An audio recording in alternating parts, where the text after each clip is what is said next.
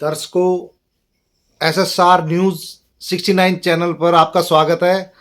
आज हम बात करेंगे जो दिल्ली के अंदर ब्लास्ट हुआ है उसके बारे में। पहले आपको एक बाइट सुनाते हैं इकरा हसन की, जो समाजवादी पार्टी से एमपी हैं और वो क्या कह रही हैं अपने भाषण में। जरा उसको ध्यान से सुनना, आपको समझ आएगा सारा कुछ, क्योंकि जो हम टॉपिक बता रहे हैं बॉम्ब ब्लास्ट का, आपको बिल्कुल क्लियर आएगा समझ। तो उनको जरा ध्यान से सुने कि वो अपने भाषण में क्या कह रही है। सुने जरा इसको। अगर मंच पर खड़े होकर कोई मजहब की बात कर रहा है, कोई धर्म गुरु अगर राजनीति की बात कर रहा है और कोई राजनेता अगर धर्म की बात कर रहा है, दोनों ही हमारी नजर में गलत है।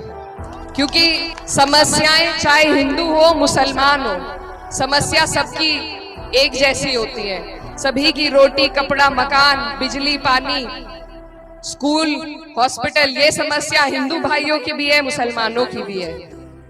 इन पर से हमारा ध्यान हटाने के लिए हमें आपस में लड़ाया जाता है।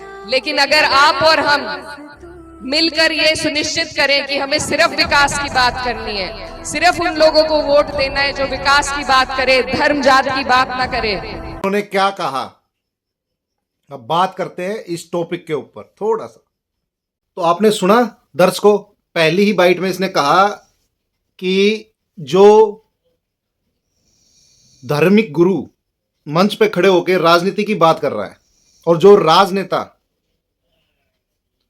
मंच पे खड़े होकर धर्म की बात कर रहा है, दोनों ही हमारे लिए गलत है। ये बात ठीक है, इनकी बात मान लेते हैं। लेकिन उसका क्या,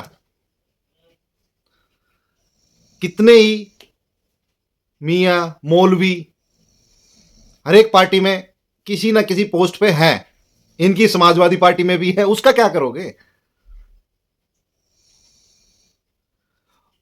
और एआईएम में तो भरे पड़े हैं, वो तो बात ही यही करते हैं।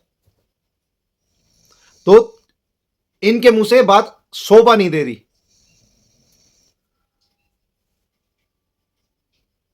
क्योंकि हर कोई पार्टी के अंदर ऐसे लोग मौजूद हैं और रहेंगे भी। समस्याएं सबकी होती हैं। दूसरी बाइट में बोला समस्याएं सबकी होती हैं, रोटी कपड़ा मकान वगैरह वगैरह जो भी है। ये जो साइड में पिक्चरें चल रही है, ये तो एटीएस द्वारा पकड़े गए गुजरात के अंदर। डॉक्टर हैं, पढ़े लिखे हैं, इनको किस चीज की समस्या थी? इनको क्या प्रॉब्लम थी? इनको क्या दिक्कत थी? अगर ये सवाल कोई पूछ लेगा तो तुम्हारे मुंह लाल हो जाते हैं। तुम मौका ही क्यों देते हो किसी सामने वाले को कि सामने वाला बोले? अरे इनको देखो आप, जो ये फोटो साथ में लगी हुई है साइड में, ये क्या है? अब आगे आ जाते हैं तीसरे पॉइंट पर। एक तो बिहार में इलेक्शन हो रहे हैं, प्रचार में लगे हुए थे ये बड़े धमाके से, समाजवादी आरजेडी के साथ मिलकर, कांग्रेस के साथ महागठबंधन में। अभी तीसरा पॉइंट पे आते हैं हम कि हिंदू मुस्लिम को लड़ाना चाहते हैं और तुम बम फोड़ते रहो, तुम गर्दनें काटते रहो, तुम गोलियां चलाते रहो, और ये बोल रही है कि हिंदू मुस्लिम को लड़ाना चाहते हैं। कौन हिंदू मार रहा है किसी को? कौन बम फोड़ रहा है? कौन जहर मिला के लोगों को मारने की साजिश कर रहा है? ये पढ़ाई लिखाई करके भी अगर यही काम करना है तो फिर क्यों पढ़ाई लिखाई कर रहे हो? अब इसकी चौथी बात पे पॉइंट पे आते हैं, इकरा हसन जी की चौथे पॉइंट पर आते हैं कि इन सब से ध्यान हटाने के लिए हमें लड़वाया जाता है।